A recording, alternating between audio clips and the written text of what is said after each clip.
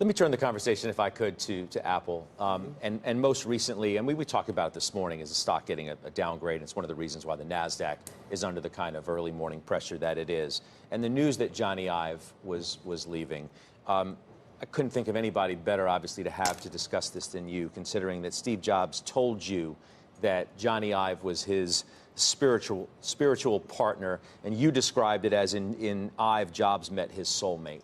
So just your thought in and of itself of somebody like Jony Ive leaving Apple. And I think the words spiritual and soulmate are actually right on target, because they had not just a mind meld, but almost an emotion meld. Every day when Jobs was in the office in Cupertino near the end, he would go at midday to that sort of big locked door that went to the design studio, be brought in, everybody else would be ushered out, and he'd walk table to table with Jony. They'd feel not just the phone, but the plug, the jack, the way the wire coiled, everything else.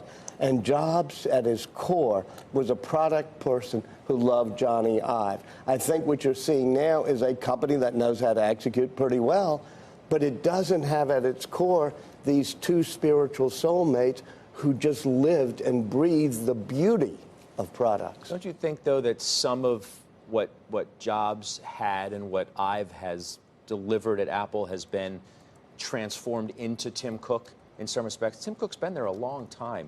He seems to get the ethos of what Jobs and Ive and the creative geniuses at Apple have been all about. Well, we'll see.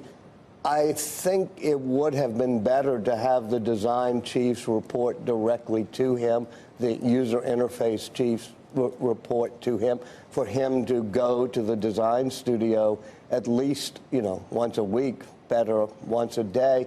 I am not sure. In my book, and I softened in the book a bit. I sometimes soften things I felt were too harsh, but in my book, Steve says almost what you just did, how Tim Cook can do everything, can do this, but then he looked at me and said, but Tim's not a product person. Which areas did you soften? What's that? Which areas did you soften? Did suffer now? No, did you soften in the book? What were some of the other? I think that sometimes, Steve, when he was in pain and it was problematic and he was angry, he would say more things than he was not a product person. And I felt I would put in the specific things that were relevant to the readers, but not the complaints of what he felt. Do you want to, how would you sort of set the record straight? May not be the I'm a perfect bit of way a softie sometimes. I'm not as good of a journalist as I used to be. I mean, there are things where people will say something and you say, is that more painful that is coming from a person near the end of his life about somebody he loves, or is that more helpful to the reader? And there were times when it wasn't that helpful to the reader. It was irrelevant to understanding the company, but it would have been very painful. Those are the type of things I softened.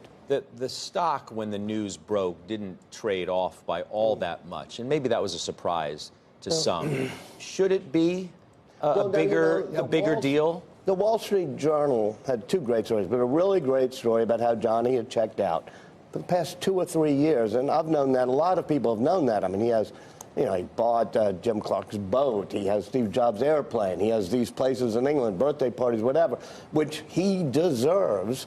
But he's not going to that design meeting every morning. And when you're Jony Ive or Steve Jobs, you got this charismatic, spiritual quality. Sometimes life involves showing up, and I think he was showing up less and less. But I wonder, do you think from his perspective, it wasn't that, he used to be big, but the pictures got small in Sunset Boulevard terms? In other words, is the design of the product as crucial a thing for Apple anymore, or for the industry anymore? In other words, has the great stuff already been accomplished and there's not clearly another direction? It's like in 1900 when well, they said, I mean, there's a hazard of saying has been invented.